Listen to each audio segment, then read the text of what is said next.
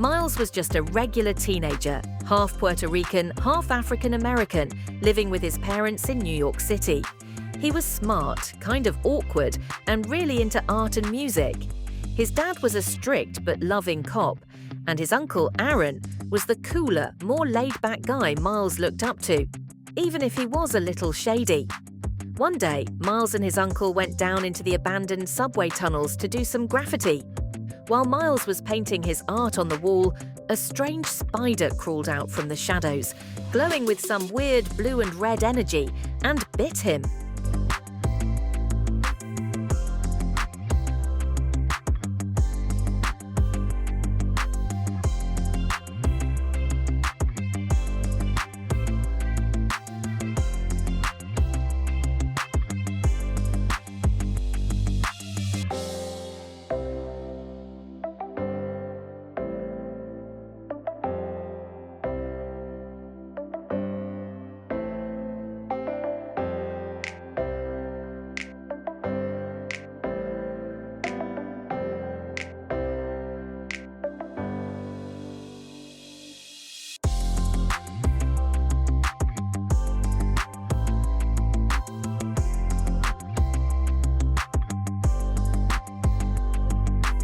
Miles was just a regular teenager, half Puerto Rican, half African American, living with his parents in New York City.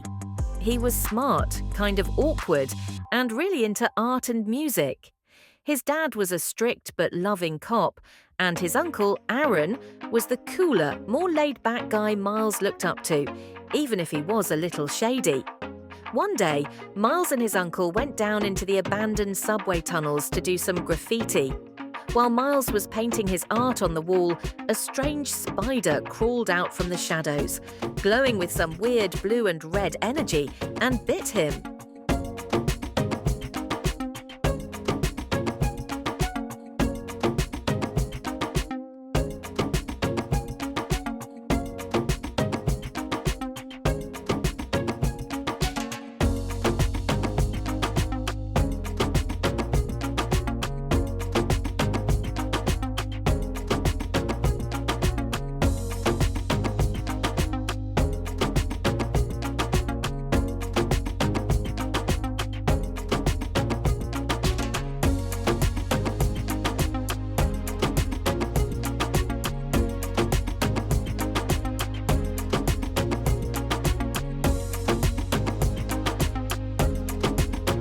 Deep beneath the city, a villain named Kingpin had built a massive machine called the Collider.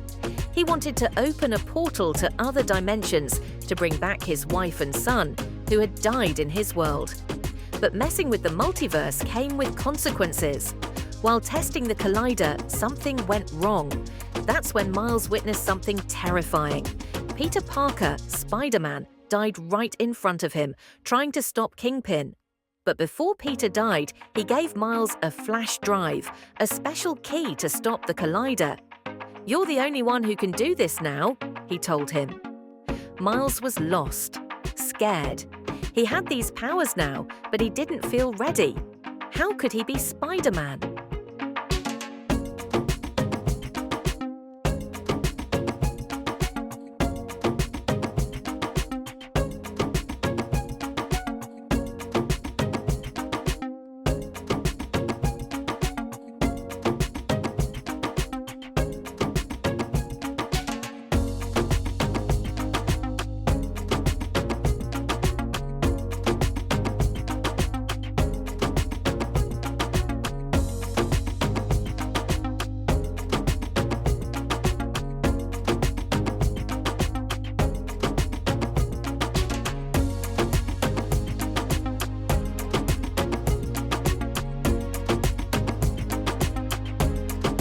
Then, something even crazier happened. Because of the Collider malfunction, it had pulled Spider people from other dimensions into Miles's world. There was Peter B. Parker, a tired, older version of Spider-Man from another universe. Gwen Stacy, Spider-Woman, quick and graceful. Spider-Man Noir, black and white detective from the 1930s.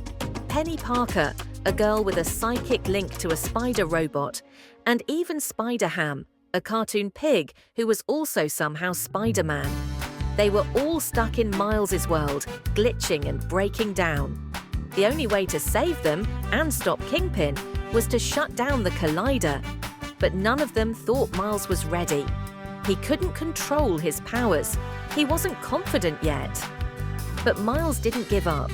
After a deep talk with his father and learning the truth that his Uncle Aaron was actually the Prowler, a villain working for Kingpin, Miles finally found his strength. When Aaron refused to hurt his nephew and was killed by Kingpin for it, Miles truly understood what it meant to lose someone and keep fighting anyway. He took a leap of faith. He made his own suit, black with red spray paint, and embraced the Spider-Man within him. In an epic final battle beneath the city, Miles faced Kingpin and fought alongside the other Spider people.